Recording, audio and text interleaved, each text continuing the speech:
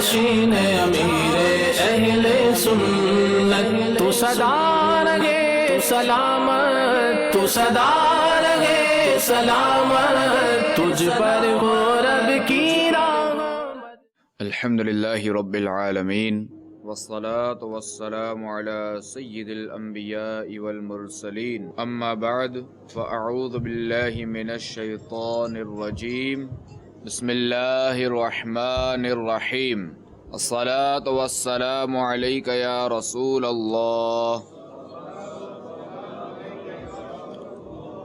وعلى آلک واصحابک یا حبیب اللہ، الصلاة والسلام علیک یا نبی اللہ وعلى آلک واصحابک یا نور اللہ۔ ایک شخص نے اپنے کسی دوست سے 3000 دینار قرض لیا، اور قرض لینے کے بعد جو ہے وہ ساتھ میں جو وہ دینے کی مدت بھی، یعنی قرض ادا کرنے کی مدت بھی جو ہے وہ اس نے طے کر لی۔ اب کرنا ایسا ہوا کہ اس شخص نے کہ جس نے قرض لیا تھا 3000 دینار، اس شخص کا جو کاروبار تھا وہ ختم ہو گیا، اور بیچارہ جو ہے وہ ٹھیک ٹھاک نقصان میں آ گیا۔ اب جس نے قرض دیا تھا قرض خواہ، وہ مقررہ تاریخ پر جو ہے وہ اس کے پاس آ پہنچا اور اپنے قرض کا تقاضا کیا۔ تو اس کے دوست نے کہا کہ میرے حالات تو بڑے خراب ہو گئے ہیں، اور میں جو یوں آزمائش میں آ گیا ہوں، اور میں تو بالکل کنگال ہو کر رہ گیا ہوں، اور فی الحال جو ہے وہ میرے پاس کوئی بھی ایسی چیز نہیں ہے کہ میں جو ہے وہ جس کے ذریعے تمہیں قرض ادا کروں۔ خیر وہ جو قرض خواہ تھا، جو اس کا دوست تھا، وہ پہنچ گیا قاضی کے پاس، عدالت پہنچ گیا، اور قاضی کو اس نے کہہ دیا کہ میرا جو ہے وہ فلاں سے 3000 دینار نکلتا ہے، اور میں جو ہے وہ ان سے تقاضا کر رہا ہوں، مگر یہ مجھے قرض میری رقم واپس نہیں کر رہی ہے صاحب۔ خیر قاضی نے جو ہے وہ دونوں کو بلایا، اور جب معاملہ ثابت ہوا کہ ہاں بھائی واقعی کہ یہ قرض خواہ ہے، چونکہ وہ جو شخص ہے جس نے قرض لیا تھا وہ منکر تو نہیں تھا، یعنی انکار تو نہیں کر رہا تھا کہ بھائی یہ بندہ جھوٹ بول رہا ہے کہ میں نے جو قرض اس سے نہیں لیا۔ اور جب قاضی کے سامنے جب کیس واضح ہو گیا، تو قاضی نے جو ہے وہ قرض لینے والے کو، جس نے 3000 دینار لیے تھے، اس سے کہا کہ بھائی تم جو ہے وہ 1 ماہ کے اندر اندر یا 1 ماہ بعد جو وہ سے قرض لازمی ادا کر دینا۔ خیر قاضی سے وہ مہلت لے کر 1 ماہ کی، جب قاضی نے جو مہلت دی تھی، وہ بیچارہ وہاں سے چل پڑا۔ اب چونکہ اس نے سن رکھا تھا درود شریف کے بارے میں، درود شریف کے فضائل کے بارے میں علماء سے، کہ جو درود شریف پڑھتا ہے تو اس کی جو وہ پریشانیاں دور ہوتی ہیں، اور رزق میں جو وہ برکت بھی ہوتی ہے۔ تو خیر اب اس کے پاس اور کوئی چارہ تو نہیں تھا کہ کمائے یا کچھ کرے۔ خیر اس نے یہ کیا کہ مسجد کا کونا سنبھال لیا، اور اب جو یہ وہاں جو یہ درود پاک پڑھتا رہا۔ جب 27واں دن آیا تو اسے جو ہے وہ خواب میں کوئی کہنے والا کہہ رہا ہے کہ تمہارا جو ہے وہ قرض ادا ہو جائے گا، تم جو ہے وہ علی بن عیسیٰ وزیر سلطنت کے پاس جاؤ اور اس سے کہہ دو کہ قرض ادا کرنے کے لیے مجھے 3000 دینار دے دو۔ اب یہ جو صاحب تھے خواب دیکھ کر بڑے خوشحال تو ہو گئے، پریشانی تو ان کی ختم ہو چکی جب انہوں نے خواب دیکھا، مگر چونکہ خیال یہ آیا کہ اگر وزیر صاحب نے کوئی دلیل مانگی کہ بھائی ایسے تم کیسے اٹھ کے آ گئے، تم دلیل تو لاؤ، میں کیوں ادا کروں؟ تو خیر انہوں نے کہا میرے پاس کوئی دلیل تو ہے نہیں کہ میں وزیر صاحب کو پیش کروں گا، وزیر سلطنت کو۔ خیر 28ویں دن جو وہ میں پھر جو ہے وہ درود پاک پڑھتے پڑھتے سو گیا۔ تو جب میری آنکھ سو گئی تو میری قسمت انگڑے لے کر جاگ اٹھی کہ مجھے رسول اللہ صلی اللہ تعالی علیہ وآلہ وسلم کا دیدار نصیب ہوا، اور حضور علیہ الصلوۃ والسلام نے بھی علی بن عیسیٰ وزیر کے پاس جانے کا ارشاد فرمایا۔ جب میری آنکھ کھلی تو خوشی کی انتہا نہ تھی، مگر تیسری رات میں جو ہے وہ پھر اسی طرح ہوا کہ میں سو گیا تو مجھے خواب میں رسول اللہ صلی اللہ تعالی علیہ وآلہ وسلم کی زیارت ہوئی، اور رسول اللہ صلی اللہ تعالی علیہ وآلہ وسلم نے وزیر مملکت عیسیٰ علی بن عیسیٰ کے پاس جانے کا مجھے ارشاد فرمایا۔ تو میں نے عرض کی فدا کو امی و ابی یا رسول اللہ، آپ پر جو ہے وہ میرے والدین فدا، میں چلے تو جاؤں مگر اگر مجھے جو نا کوئی علامت چاہیے، کوئی دلیل چاہیے کہ اس کو میں کچھ پیش کر سکوں پروف کے لیے۔ تو یہ سن کر ہمارے آقا علیہ الصلوۃ والسلام نے میری اس بات کی تحسین فرمائی، یعنی اس بات کو خوش آئین کہا، اور فرمایا کہ اگر وزیر مملکت علی بن عیسیٰ تم سے کوئی علامت دریافت کرے تو کہہ دینا کہ اس کی سچائی کی علامت یہ ہے کہ آپ جو ہے وہ نماز فجر کے بعد کسی کے ساتھ کلام کرنے سے پہلے، کسی سے بات چیت کرنے سے پہلے 5000 مرتبہ درود پاک کا تحفہ دربار رسالت میں پیش کرتے ہیں، اور یہ عمل جسے اللہ تبارک و تعالی اور کرامن کاتبین کے سوا کوئی نہیں جانتا، یعنی یہ عمل وزیر جو ہے وزیر مملکت نے کسی کو بھی نہیں بتایا تھا، یہ صرف اللہ اور ان کا یہ معاملہ تھا۔ تو یہ فرما کر حضور علیہ الصلوۃ والسلام جب وہ تشریف لے گئے اور یہ شخص جب بیدار ہوئے تو نماز فجر کے بعد یہ مسجد سے باہر قدم رکھا، اور آج جو ہے وہ مہینہ بھی پورا ہو چکا تھا۔ تو یہ کہتے ہیں صاحب کہ میں جو ہے وہ وزیر صاحب کی رہائش گاہ پہ پہنچ گیا، اور وزیر سے جو ہے وہ سارا قصہ میں نے کہہ سنایا۔ جب وزیر نے مجھ سے دلیل طلب کی کہ اس خواب کی دلیل کیا ہے، کوئی ایسی نشانی بتاؤ کہ جس سے میں یہ سمجھوں کہ یہ خواب تم نے حق دیکھا ہے، تو یہ صاحب کہتے ہیں کہ میں نے جو ہے وہ حضور علیہ الصلوۃ والسلام نے جو ہی مجھے فرمایا تھا کہ اس سے کہہ دینا کہ تم جو ہے وہ روزانہ نماز فجر کے بعد 5000 بار درود پاک پڑھتے ہو، پھر اس کے بعد جو ہے وہ لوگوں سے ملاقات کرتے ہو، ورنہ اس سے پہلے تم کسی سے کلام نہیں کرتے، اور یہ معاملہ تمہارے اور تمہارے رب کے درمیان ہے کہ جسے دنیا میں اور کوئی نہیں جانتا۔ تو یہ کہتے ہیں کہ جب میں نے وزیر مملکت کو جب یہ علامت بتائی، یہ درود شریف پڑھنے والی بات بتائی، تو وزیر صاحب جو وہ خوشی اور مسرت سے جھوم اٹھے اور فرمایا مرحبا برسول اللہ حقا، اور پھر وزیر صاحب اندر گئے اور 9000 دینار لے آئے۔ تو ان میں سے 3000 دینار انہوں نے جو ہے وہ گن کر میری جھولی میں ڈال دیے اور کہا کہ اس کا جو وہ تم قرض ادا کر دینا۔ 3000 مزید دیے اور کہا کہ یہ جو وہ تمہارے اہل و عیال کے لیے، تمہارے بچوں کے لیے۔ 3000 مزید دیے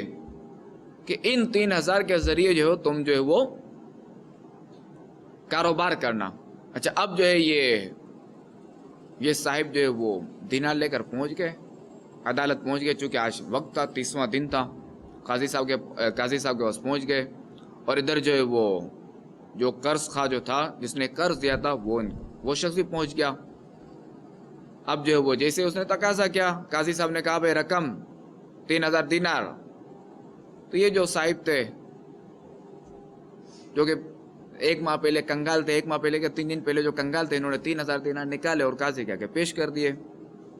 اب چونکہ قاضی تو قاضی تھا، چونکہ ایک ظاہر ہے کہ عدالتی نظام، اسلامی نظام،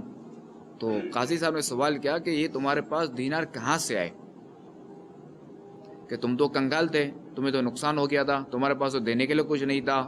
تو اب یہ 3000 دینار تمہارے پاس کہاں سے آ گئے کہ اب جو ہے تم یہ اس کا قرض ادا کر رہے ہو۔ انہوں نے جو وہ سارا واقعہ سنا دیا کہ میں نے جو ہے وہ اس طرح درود پاک پڑھے، پھر جو مجھے سرکار علیہ الصلوۃ والسلام کی زیارت ہوئی، اور میں نے جو ہے پھر وہ وزیر مملکت نے مجھے اس سے سنا رقم دی، اور یہ مجھے کہہ کر تو یوں میں یہاں پہنچا ہوں یہ رقم لے کر۔ تو خیر قاضی صاحب اندر گئے، اور قاضی صاحب جو وہ 3000 دینار انہوں نے لیے، اور یہ 3000 دینار جو وہ قاضی صاحب نے قرض خواہ کو دے دیے۔ تو قرض خواہ نے کہا، اچھا جب قاضی صاحب جب دینے لگے دینار، تو قاضی صاحب نے کہا کہ یہ ساری برکتیں، ساری رحمتیں جو ہے یہ وزیر مملکت علی بن عیسیٰ کیوں لے، میں بھی جو ہے اس میں اپنا حصہ شامل کرتا ہوں۔ تو یوں کہتے ہوئے قاضی صاحب نے قرض خواہ کو رقم دی، تو ادھر قرض خواہ نے کہا کہ یہ ساری برکتیں آپ اور وزیر مملکت کیوں لے، میں بھی جو ہے اس حصے میں حقدار بننا چاہتا ہوں، لہٰذا میں جو ہے اپنا قرض معاف کرتا ہوں۔ اب جب یہاں سے قرض معاف ہوا تو قاضی صاحب نے جو رقم دی تھی ان صاحب کو کہ آپ جو اس سے اپنا قرض ادا کریں، تو انہوں نے یہ رقم قاضی صاحب کو واپس کر دی کہ چونکہ انہوں نے مجھے قرض معاف کر دیا ہے اور اب میں اس رقم کا کیا کروں گا۔ تو اب جو ہے وہ قاضی صاحب نے کہا کیونکہ یہ رقم جو ہے وہ میں نے اس طرح دی تھی کہ میں اس رحمت والے معاملے میں اس حصے میں میرا بھی حق شامل ہو، تو لہذا اب جو ہے نا میں یہ رقم واپس نہیں لوں گا، اب یہ تمہیں رکھنی ہی پڑے گی۔ تو لہذا یہ شخص جو ہے وہ اس طرح 12,000 دینار لے کر بخوشی چل پڑا۔ صلو علی الحبیب صلی اللہ تعالی علی محمد صلی اللہ تعالی علیہ وآلہ وسلم۔ تو میرے میٹھے میٹھے اسلام بھائیوں، ہمیں بھی چاہیے کہ ہم جو ہے وہ کثرت سے اللہ کے پیارے حبیب صلی اللہ تعالی علیہ وآلہ وسلم پر درود پاک پڑھتے رہیں، چاہے کوئی پریشانی آئے یا نہ آئے، خوش ہوں یا غم میں ہوں، پریشان ہوں یا خوشحال ہوں، مالدار ہوں یا غریب ہوں، سفر میں ہوں یا حضر میں ہوں، کہیں بھی ہو، ہمیں جو ہے وہ درود شریف ایک مقررہ تعداد میں پڑھنا چاہیے۔ یہ چونکہ کثرت سے درود پاک پڑھنے کے بے شمار فضائل و برکات ہیں، اور جہاں تک کثرت کی بات ہے تو اس میں علماء کرام کے مختلف اقوال ہیں، جیسا کہ شیخ عبدالحق محدث دہلوی رحمۃ اللہ تعالی علیہ فرماتے ہیں کہ اگر کوئی دن بھر میں 1000 مرتبہ درود پاک پڑھے تو اس کا شمار بھی کثرت سے درود پاک پڑھنے والوں میں ہوگا۔ اگر کوئی صبح کو 500 بار، شام 500 بار پڑھے، اگر کوئی صبح 200 بار، شام 200 بار، اگر کوئی دن بھر میں 400 بار پڑھے، اگر کوئی 300 بار پڑھے تو اس کا شمار بھی کثرت سے درود پاک پڑھنے والوں میں ہوگا۔ اور اکثر علماء کا قول ہے کہ 300 بار کو اکثر علماء نے جو ہے وہ کثرت والی تعداد میں شامل فرمایا ہے، اور یہ فرمایا ہے کہ جو 300 بار درود پاک پڑھے گا تو حدیث پاک میں، احادیث کریمہ میں جو مطلق جو کثرت سے درود پاک پڑھنے والوں کے فضائل و برکات آئے ہیں تو 300 بار پڑھنے والے کو یہ فضیلتیں حاصل ہوں گی۔ تو میرے سنت دامت برکاتہم العالیہ نے ہمیں جو ہے وہ یہ مدنی ذہن دیا ہے کہ مجھے اپنی اور ساری دنیا کے لوگوں کی اصلاح کی کوشش کرنی ہے۔ تو ساری دنیا بھر کے لوگوں کی اصلاح کی کوشش کے لیے جو ہمیں مدنی قافلوں میں سفر کرنے کا ذہن دیا ہے، مدنی قافلوں میں سفر کرنے کا فرمایا ہے، جبکہ دنیا بھر کے لوگوں جبکہ اپنی اصلاح کی کوشش کرنے کے لیے ہمیں 72 مدنی انعامات کا تحفہ دیا ہے۔ تو ان میں سے ایک مدنی انعام جو ہے وہ روزانہ 313 مرتبہ درود پاک پڑھنے والا بھی ہے۔ تو اگر ہم ان مدنی انعامات پر عمل کرتے ہوئے اپنی زندگی گزاریں گے، تو ان مدنی انعامات پر عمل کریں گے تو انشاءاللہ عز و جل اس کی برکت سے جو ہے وہ روزانہ جو وہ 313 بار درود شریف پڑھنے کی بھی عادت بن جائے گی۔ تو آئیے ہم جو ہے وہ چونکہ بیان کرنا یا سننا یہ بھی جائز کام ہے بلکہ باعث ثواب ہے، تو اس میں اگر جتنی نیتیں زیادہ ہوں گی اتنا ثواب بھی زیادہ ہوگا، کہ رسول اللہ صلی اللہ تعالی علیہ وآلہ وسلم کا فرمان ہے نیت المؤمن خیر من عملہ، یعنی مسلمان کی نیت اس کے عمل سے بہتر ہے۔ میں نیت کرتا ہوں کہ انشاءاللہ عز و جل اللہ کی رضا کے لیے بیان کروں گا، اعلاء کلمۃ الحق کروں گا، نیکی کی دعوت دوں گا۔ آپ بھی نیت کیجئے کہ انشاءاللہ عز و جل نگاہ نیچی کی توجہ کے ساتھ بیان سنوں گا انشاءاللہ عز و جل۔ صلو علی الحبیب، اذکر اللہ اور توبوا الی اللہ وغیرہ سن کر ثواب کمانے اور صدا لگانے والوں کی دل جوئی کے لیے بلند آواز سے جواب دوں گا۔ صلو علی الحبیب۔ حضرت سیدنا شیخ کرمانی رحمۃ اللہ تعالی علیہ جو کہ بڑے متقی اور پرہیزگار تھے، آپ رحمۃ اللہ تعالی علیہ کی ایک صاحبزادی جو کہ حسین و جمیل ہونے کے ساتھ ساتھ نیک اور پرہیزگار بھی تھی، جب وہ بچی شادی کے لائق ہوئی تو بادشاہ کے یہاں سے رشتہ آیا، مگر حضرت سیدنا شیخ کرمانی رحمۃ اللہ تعالی علیہ نے 3 دن کی مہلت مانگی اور مسجد گھوم کر کسی پارسا نوجوان کو تلاش کرنے لگے، یعنی کسی نیک اور صالح نوجوان کو تلاش کرنے لگے۔ اسی اثنا میں ایک نوجوان پر آپ کی نظر پڑی کہ جس نے اچھی طرح نماز ادا کی۔ آپ رحمۃ اللہ تعالی علیہ نے اس سے پوچھا کہ کیا تمہاری شادی ہو چکی ہے؟ تو اس نے کہا نہیں۔ پھر پوچھا کیا نکاح کرنا چاہتے ہو؟ لڑکی جو ہے وہ قرآن مجید پڑھتی ہے، نماز روزے کی پابند ہے، خوبصورت اور نیک سیرت ہے۔ اس نے کہا کہ بھلا میرے ساتھ رشتہ کون کرے گا؟ تو شیخ کرمانی رحمۃ اللہ تعالی علیہ نے فرمایا میں کرتا ہوں، یہ کچھ درم رکھو اور 1 درم کی روٹی، 1 کا سالن اور 1 کی خوشبو خرید لاؤ۔ چنانچہ اس طرح جب حضرت شیخ کرمانی رحمۃ اللہ تعالی علیہ نے اپنی صاحبزادی کا نکاح اس سے کر دیا۔ دلہن جب دولہا کے گھر آئی تو اس نے دیکھا کہ پانی کی سراہی پر ایک سوکھی روٹی رکھی ہوئی ہے۔ تو دلہن نے پوچھا یہ روٹی کیسی ہے؟ تو دولہا نے کہا یہ کل کی باسی روٹی ہے، میں نے افطار کے لیے رکھ لی تھی۔ یہ سن کر وہ واپس ہونے لگی، وہ دلہن گھر سے واپس جانے لگی تو یہ دیکھ کر دولہا بولا کہ مجھے معلوم تھا کہ شیخ کرمانی کی شہزادی مجھ غریب انسان کے گھر نہیں رک سکتی۔ تو دلہن بولی کہ میں آپ کی مفلسی کے باعث نہیں، بلکہ میں تو اس لیے لوٹ کر جا رہی ہوں کہ رب العالمین پر آپ کا یقین بہت کمزور نظر آ رہا ہے۔ مجھے تو اپنے والد پر حیرت ہے کہ انہوں نے آپ کو پاکیزہ خصلت، نیک اور صالح کیسے کہہ دیا۔ دولہا یہ سن کر بہت شرمندہ ہوا اور اس نے کہا کہ میں اس کمزوری سے معذرت خواہوں۔ دلہن نے کہا اپنا عذر آپ جانیں، البتہ میں ایسے گھر میں نہیں رہ سکتی کہ جہاں ایک وقت کی خوراک جمع رکھی ہو۔ اب یا تو میں رہوں گی یا یہ روٹی رہے گی۔ خیر دولہا نے فوراً باہر جا کر وہ روٹی خیرات کر دی۔ رہے سب شاد گھر والے شہا تھوڑی سی روزی پر، عطا ہو دولت صبر و قناعت یا رسول اللہ۔ میرے میٹھے میٹھے اسلامی بھائیوں، سنا آپ نے کہ زمانے کے مشہور ولی اللہ حضرت شیخ کرمانی رحمۃ اللہ تعالی علیہ نے اپنی نور نظر کی، اپنی بیٹی کی کس قدر بہترین انداز میں تربیت فرمائی تھی، اور آپ رحمت اللہ تعالی علیہ کی بیٹی کا توکل بھی کس قدر زبردست تھا کہ جو کہ اپنے شوہر کے گھر میں مناسب سہولیات، مال و دولت کی کثرت کی وجہ سے نہیں، بلکہ شکوہ بھی کیا تو اس بات کا کیا کہ افطاری کے لیے روٹی بچا کر کیوں رکھی تھی، کیونکہ اہل اللہ کے نزدیک یہ توکل کے خلاف تھا، اور اس شہزادی کو یہ مدنی سوچ ان کے والد گرامی حضرت شیخ کرمانی رحمۃ اللہ تعالی علیہ کی مدنی تربیت کی بدولت ہی ملی ہوگی، کہ جو کہ خود متقی و پرہیزگار اور اللہ تبارک و تعالی پر کامل بھروسہ رکھنے والے بزرگ تھے۔ لہذا آپ رحمۃ اللہ تعالی علیہ نے اسی انداز پر اپنی صاحبزادی کی مدنی تربیت فرمائی اور ان کے لیے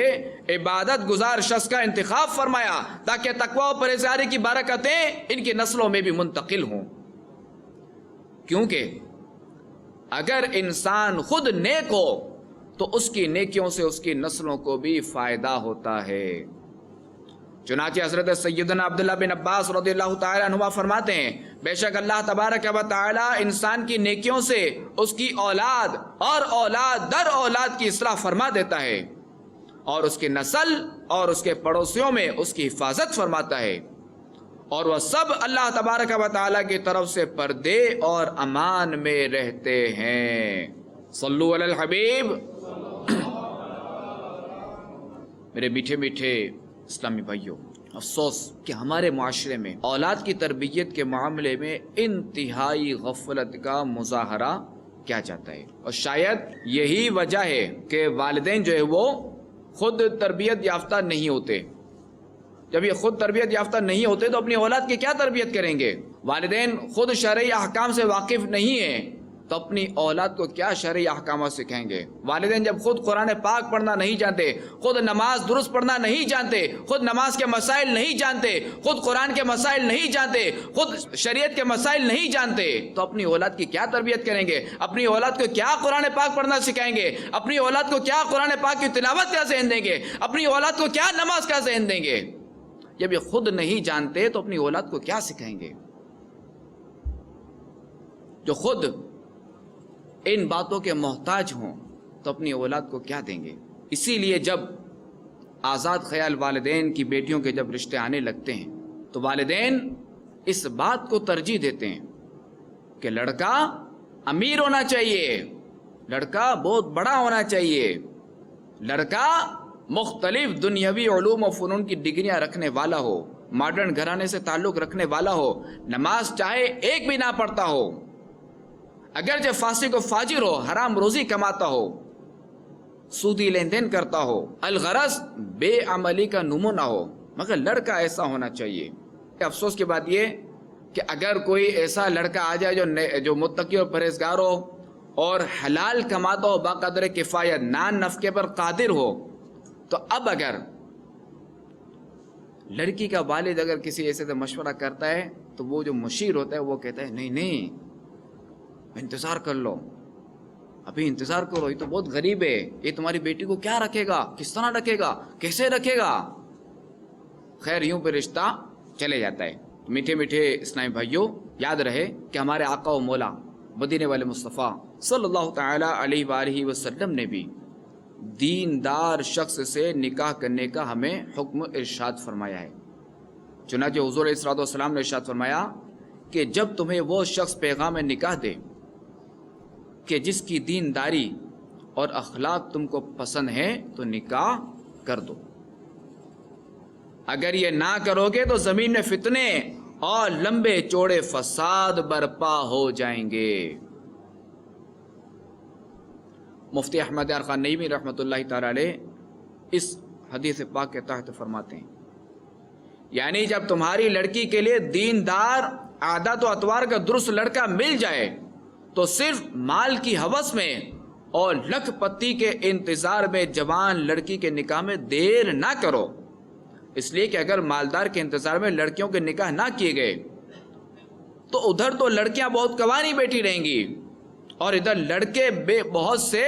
بے شادی رہیں گے، جس سے بدکاری پھیلے گی اور بدکاری کی وجہ سے لڑکی والوں کو شرمندگی ہوگی اور نتیجہ یہ ہوگا کہ خاندان آپس میں لڑیں گے، قتل و غارت ہوں گے، جس کا آج کل ظہور ہونے لگا ہے۔ یہ مفتی احمد یار خان نعیمی رحمۃ اللہ تعالی علیہ نے فرمایا ہے کہ جو کہ بہت بڑے مفسر ہیں اور حدیث پاک کی ان کی شروحات بھی ہیں۔ تو میرے میٹھے میٹھے اسلامی بھائیوں، واقعی جو نیک اولاد ہوتی ہے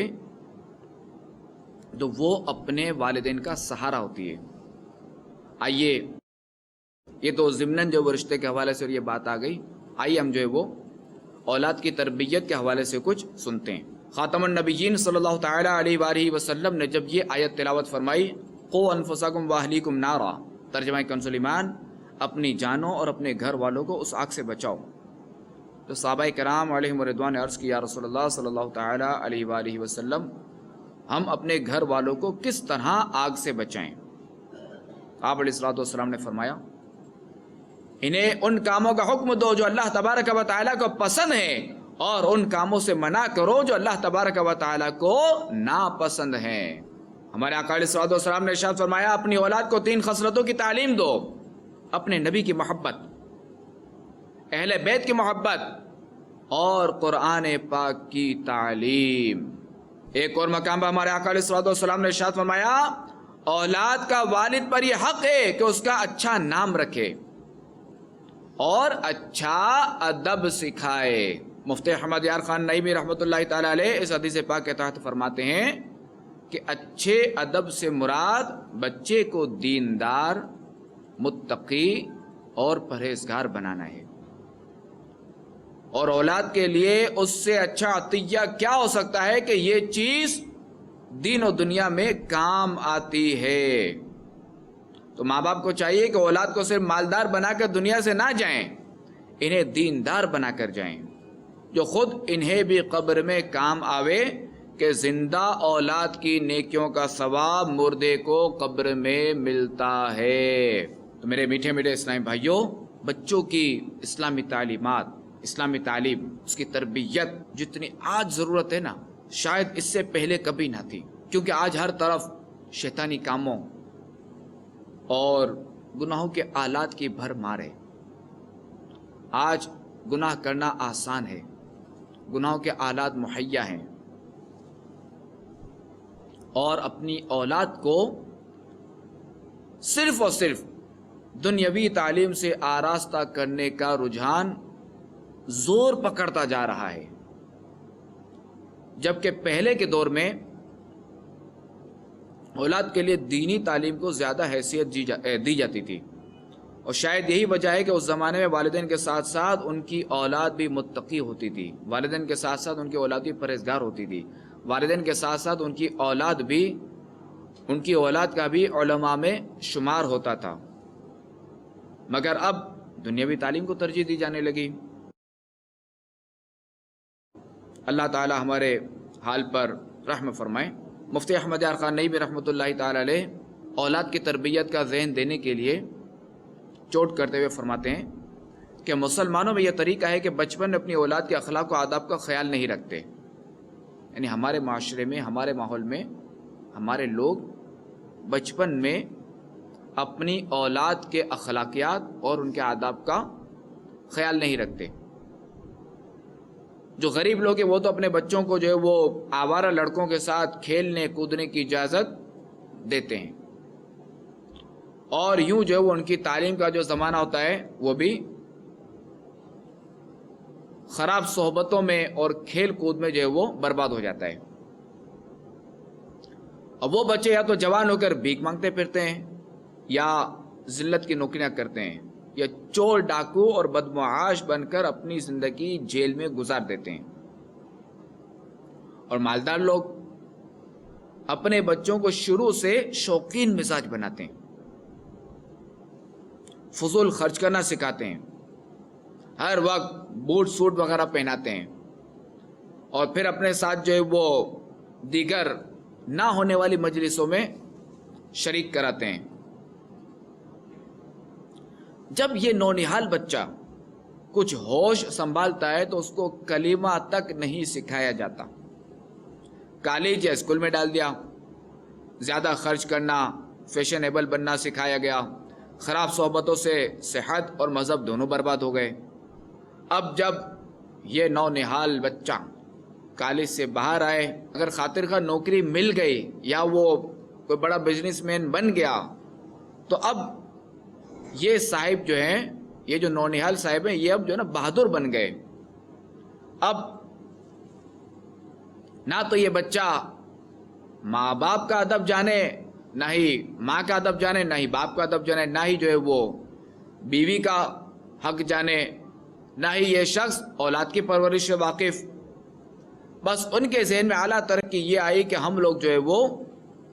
بس اس طرح رہے، بس ہم جو ہے وہ مال کمائے تو یوں رہے تو یوں رہے، بس یہی اس کے ذہن میں بیٹھا ہوا ہے۔ اچھا، اب اگر کوئی معقول جگہ نہ ملی، یعنی کوئی خاطر کا کوئی اچھی والی نوکری نہیں ملی، یا کوئی کاروبار اچھا والا نہیں ملا، تو اب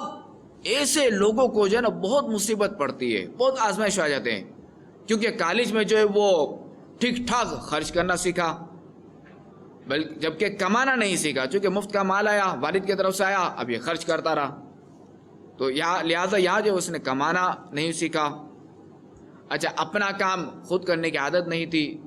نوکر کر دیتے تھے کام کاج، تو چونکہ خود اپنا کام کرنا نہیں سیکھا، اب یہ لوگ کالج کسی زندگی گزارنے کے لیے شریف بدمعاش ہو جاتے ہیں۔ یہاں پر یہ لوگ جو ہے وہ جعلی نوٹ بنا کر جیل میں گزارتے ہیں، یعنی ایسے دھندے کرتے ہیں، ایسے کام کرتے ہیں کہ جس سے پھر آخر کار ان کو جیل میں جانا پڑتا ہے، یعنی جو ہے وہ حکومت کی گرفت میں آ جاتے ہیں، یا ڈاکو یا بدمعاش یا بن جاتے ہیں۔ تو یہ وہی لوگ ہیں، یہ مفتی صاحب فرماتے ہیں۔ تو مفتی صاحب فرماتے ہیں کہ جو بچے پرورش کے زمانے میں اچھی صحبتیں نہیں پاتے، وہ جوان ہو کر ماں باپ کو بہت پریشان کرتے ہیں، اور فرماتے ہیں کہ ہم نے بڑے فیشنیبل صاحبزادوں کے ماں باپ کو دیکھا ہے کہ وہ روتے پھرتے ہیں، مفتی صاحب تعویذ دو جس سے بچہ کہنا مانے، مفتی صاحب تعویذ دو کہ جس سے بچہ ہمارے قبضے میں آ جائے۔ مگر دوستو، فقط تعویذ سے کام نہیں چلتا، کچھ ٹھیک عمل بھی کرنا چاہیے۔ یہ مفتی صاحب نے جو نا یہ چوٹ کرنے کے لیے انہوں نے یہ ہمیں فرمایا ہے، اور ایسے حالات کو یہ جائزہ لے کر انہوں نے یہ اسلامی زندگی ایک ان کا رسالہ ہے، اس میں جو نا یہ آپ رحمۃ اللہ تعالی علیہ نے یہ لکھا ہے۔ یہ امیر سنت سرکار کی بارگاہ میں عرض کرتے ہیں کہ میری آنے والی نسلیں تیرے عشق ہی میں مچلیں، انہیں نیک تم بنانا، مدنی مدینے والے. میرے میٹھے میرے اسلامی بھائیوں، کہ حقیقت یہی ہے کہ انسان جو بوتا ہے وہی کاٹتا ہے. ایسا نہیں ہو سکتا کہ بویا کچھ اور کاٹا کچھ. ایسا نہیں ہو سکتا کہ بویا تو اس نے کچھ اور تھا اور جب کاٹنے کی باری آئی تو وہ کچھ اور ہو جائے. ایسا ممکن نہیں. تو بس یہی مثال اولاد کی ہے کہ والدین اگر اپنی اولاد کی اسلامی طریقے سے تربیت نہیں کرتے، اس کے باوجود اگر پھر بھی یہ توقع رکھتے ہیں کہ ہمارے بچے بھی نیک بن جائیں، ہمارے بچے بھی پرہیزگار بن جائیں، ہمارے بچے جو وہ ہمارے فرما بردار بن جائیں، ہمارے بچے معاشرے میں عزت دار اور پاکیزہ کردار والے بنے، تو یہ نہیں ہو سکتا. تو اب جب نتیجہ ان کی اس تمنا کے برخلاف نکلتا ہے تو اب چونکہ وقت گزر چکا ہوتا ہے، پانی سر سے اونچا ہو چکا ہوتا ہے، اور اس وقت اگر والدین اصلاح کرنا بھی چاہیں تو اب نہیں کر پاتے. تو بگڑی ہوئی اولاد سے بیزار والدین اگر ٹھنڈے دل سے ان کے بگڑنے کے اسباب پر اگر غور کریں تو انہیں اس میں اپنا قصور زیادہ نظر آئے گا. مثلا بچہ اگر کام کاج نہ کرے یا اس معاملے میں سستی کا مظاہرہ کرے یا اسکول یا کوچنگ سینٹر کی چھٹی کر لے یا تاخیر سے جائے یا پڑھائی میں چور ہو یا کسی تقریب میں جانے کا یا مخصوص لباس پہننے کا کہا جائے اور وہ اس پر راضی نہ ہو، یا اسی طرح دیگر دنیاوی معاملات میں اگر مگر سے کام لے یا ہٹ دھرمی کا مظاہرہ کرے تو والدین ٹھیک ٹھاک کلاس لیتے ہیں، اسے کھڑی کھڑی سنا دیتے ہیں اور گھنٹوں گھنٹوں اسے لیکچر دیتے ہیں، حتیٰ کہ مار پیٹ بھی اسے کر ڈالتے ہیں کہ مار پیٹ سے بھی نہیں بچتے. لیکن اگر یہی بچہ نمازیں قضا کرے یا جماعت سے نماز نہ پڑھے یا مدرسے میں نہ جائے یا تاخیر سے جائے، موبائل فون یا دیگر ذریعوں کے ذریعے نامحرموں سے میل جول رکھے، فلمیں ڈرامے دیکھے، گانے باجے سنے، نت نئے فیشن اپنائے، حرام و حلال کی پرواہ نہ کرے، جھوٹ بولے، غیبتیں کرے، ناجائز فیشن اپنائے، تو اب والدین اسے کچھ بھی نہیں کہتے. پوچھ گچھ کرنا تو درکنار، بلکہ والدین کی پیشانی پر بل تک نہیں آتا. اور پھر اولاد کی اس طرح کی تربیت نہ کرنے کی وجہ سے والدین کو ایسے برے دن دیکھنے پڑتے ہیں. آئیے ایک عبرت انگیز حکایت سنتے ہیں. تمیل غافلین میں ہے کہ سمرقند کے ایک عالم دین حضرت سیدنا ابو حفص رحمۃ اللہ تعالی علیہ کے پاس ایک شخص آیا اور کہنے لگا کہ میرے بیٹے نے مجھے مارا ہے. تو ابو حفص رحمۃ اللہ تعالی علیہ نے ان سے حیرت سے پوچھا کیا بیٹا بھی کبھی باپ کو مارتا ہے؟ اس نے کہا جی ہاں، ایسا ہی ہوا ہے میرے ساتھ. تو ابو حفص رحمۃ اللہ تعالی علیہ نے دریافت کیا آپ نے اسے دینی علم و ادب سکھایا ہے؟ اس نے کہا نہیں. آپ رحمۃ اللہ تعالی علیہ نے پوچھا کیا قرآن کریم سکھایا ہے؟ اس نے کہا نہیں. پھر پوچھا تو وہ کیا کرتا ہے؟ تو اس نے کہا کھیتی باڑی کرتا ہے. تو سیدنا ابو حفص رحمۃ اللہ تعالی علیہ نے فرمایا کہ آپ جانتے ہیں کہ اس نے آپ کو کیوں مارا ہے؟ کہا نہیں. تو آپ رحمۃ اللہ تعالی علیہ نے اصلاح کی خاطر اس پر چوٹ کرتے ہوئے فرمایا شاید وہ صبح کے وقت گدھے پر سوار ہو کر جب کھیت کی طرف جا رہا ہوگا تو بیل اس کے آگے اور کتا اس کے پیچھے ہوگا. قرآن پاک تو اسے پڑھنے آتا نہیں کہ کچھ روحانیت نصیب ہوتی، بس یوں ہی غفلت میں جب وہ کچھ گنگنا رہا ہوگا اور ایسے میں آپ اس کے سامنے آگے ہوں گے. اس نے سمجھا ہوگا کہ بیل آڑے آ گیا ہے اور اس نے اس کو ہانکنے کے لیے سر پر کوئی چیز دے ماری. تو شکر کیجئے کہ آپ کا سر نہیں پھٹا. آئیے میٹھے میٹھے اسلامی بھائیوں، ایک روایت سنیے اور اپنی اولاد کی تربیت کا ذہن بنائیے، چونکہ یہ ہم پر لازم ہے کہ اولاد کی تربیت کرنا یہ والدین پر ہے. والدین پر لازم ہے کہ اولاد کی اچھی تربیت کریں، اسے آداب سکھائیں، اسے اخلاقیات سکھائیں اور دیگر چیزیں سکھائیں. بروز قیامت ایک شخص کے بیوی بچے بارگاہ خدا بندی عز و جل میں حاضر ہو کر فریاد کریں گے کہ ہمارے رب عز و جل اس شخص سے ہمارا حق دلوا، کیونکہ اس نے ہمیں ہمارے دین کے احکام نہیں سکھائے اور یہ ہمیں حرام کھلاتا تھا، لیکن ہم لا علم تھے، لہذا اس شخص کو حرام روزی کے سبب اس قدر پیٹا جائے گا کہ اس کا گوشت جھڑ جائے گا، پھر اسے میزان یعنی ترازو کی جانب لایا جائے گا، فرشتے اس کی پہاڑ کی مثل نیکیاں لائیں گے، تو اہل و عیال میں سے ایک شخص اس کی نیکیوں میں سے لے لے گا، دوسرا بڑھے گا، وہ بھی اس کی نیکیوں سے اپنی کمی پوری کر لے گا، اس طرح اس کی ساری نیکیاں اس کے گھر والے اس سے لے لیں گے۔ اب وہ شخص اپنے گھر والوں کی طرف متوجہ ہو کر کہے گا کہ میری گردن پر صرف ان گناہوں کا بوجھ رہ گیا ہے جو میں نے تم لوگوں کی خاطر کیے۔ اور فرشتے اعلان کریں گے کہ یہ وہ شخص ہے جس کی ساری نیکیاں اس کے بال بچے لے گئے اور یہ ان کی وجہ سے جہنم میں داخل ہوا۔ دل کے پھپولے جل اٹھے سینے کے داغ سے، اس گھر کو آگ لگ گئی گھر کے چراغ سے۔ تو میرے میٹھے میٹھے اسلامی بھائیوں، سنا آپ نے کہ جو والدین اپنی اولاد کی مدنی تربیت نہیں کرتے تو انہیں کیسی شرمندگی اور رسوائی کا سامنا ہوگا۔ تو لہذا اچھے والدین ہونے کا ثبوت دیتے ہوئے اپنی اولاد کو قرآن کریم سے محبت اور اس کے احکام پر عمل کرنا سکھائیے، اپنی اولاد کو نماز سے محبت اور نماز پڑھنے کی تعلیم دیجیے، اپنی اولاد کو سنتوں سے محبت اور سنتیں سیکھنے کا ذہن دیجیے۔ اب یہاں جو ہے وہ مسئلہ تو یہ کہ ہم خود نماز پڑھنا نہیں جانتے، ہمیں خود نماز کے بارے میں نہیں معلوم، تو ہم جو ہے وہ اپنی اولاد کو کیا سکھائیں گے؟ میرے میٹھے میٹھے اسلامی بھائیو، آئیے نماز کے حوالے سے کچھ عرض کرتا ہوں۔ یاد رہے کہ نماز ایک بہت ہی عظیم عبادت ہے، نماز جنت میں لے جانے والا عمل ہے، نماز مومن کے لیے بہترین عمل ہے، نماز نور ہے، اور خشوع و خضوع کے ساتھ 2 رکعتیں ادا کرنے والے کے لیے جنت واجب ہو جاتی ہے۔ 2 رکعت نماز پڑھنا دنیا و مافیہ سے بہتر ہے، دنیا و مافیہ یعنی دنیا اور اس میں جو کچھ ہے اس سے بہتر ہے۔ نماز اللہ تبارک و تعالیٰ کا پسندیدہ عمل ہے، نماز میں ہر سجدے کے عوض ایک نیکی لکھی جاتی ہے، ایک گناہ مٹایا جاتا ہے اور ایک درجہ بلند کیا جاتا ہے۔ نمازی بروز قیامت سلامتی کے ساتھ جنت میں داخل کیا جائے گا۔ نماز سے گناہ جھڑتے ہیں، نماز گناہوں کے میل کچیل کو دھو دیتی ہے، ایک نماز پچھلی نماز کے دوران ہونے والے گناہوں کو دھو ڈالتی ہے۔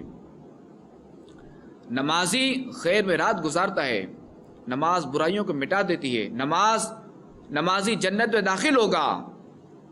اور نمازی کے لیے معصوم فرشتے رب تبارک و تعالیٰ کی بارگاہ میں مغفرت کی سفارش کرتے ہیں۔ نمازی اللہ تعالیٰ کی امان یعنی حفاظت میں رہتا ہے، نمازی کے لیے دعائے حفاظت کرتی ہے، نمازی کامل مومن ہے اور نمازی کو پورا پورا بدلہ دیا جائے گا،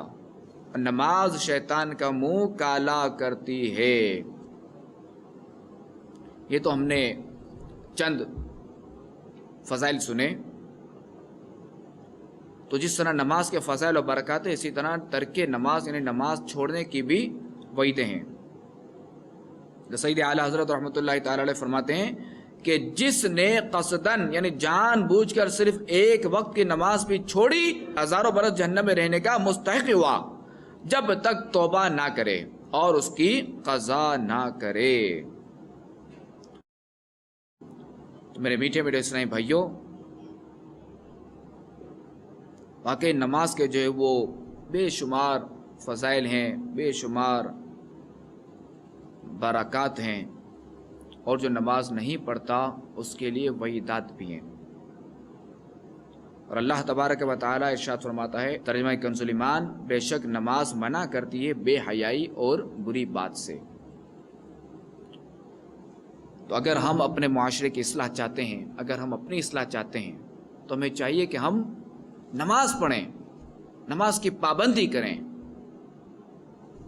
کیونکہ نماز جو ہے وہ بری باتوں اور بے حیائی سے روکتی ہے، اور یہ قرآن کریم کا فرمان ہے۔ اور قرآن میں ہمارے رب تبارک و تعالیٰ نے جو فرمایا حق ہے. اب ہو سکتا ہے یہاں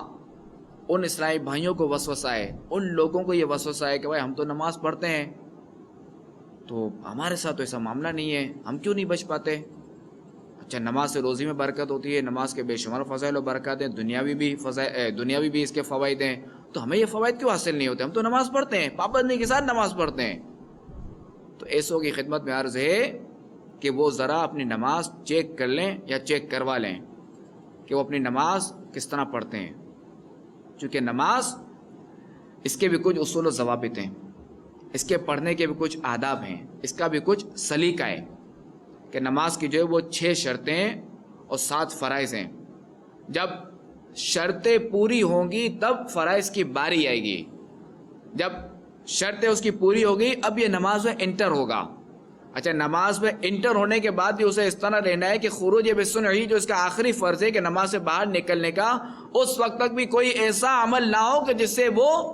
سلام پھیرنے سے پہلے وہ نماز سے باہر ہو جائے. تو یہ اس پر سیکھنا فرض ہے، یہ ہم پر سیکھنا فرض ہے. نماز کے شرائط جاننا ہم پر فرض ہے، نماز کے فرائض سیکھنا ہم پر فرض ہے. اللہ تبارک و تعالیٰ سے دعا ہے کہ ہمیں اپنی زندگی سنتیں اور آداب کے مطابق گزارنے کی توفیق عطا فرمائے، اپنی اولاد کی اچھی سے اچھی تربیت کرنے کی توفیق عطا فرمائے. آمین بجاہ النبی الامین صلی اللہ تعالی علیہ وآلہ وسلم. جانشین امیر اہل سنت تو سدا رہے سلامت، تو سدا رہے سلامت، تجھ پر ہو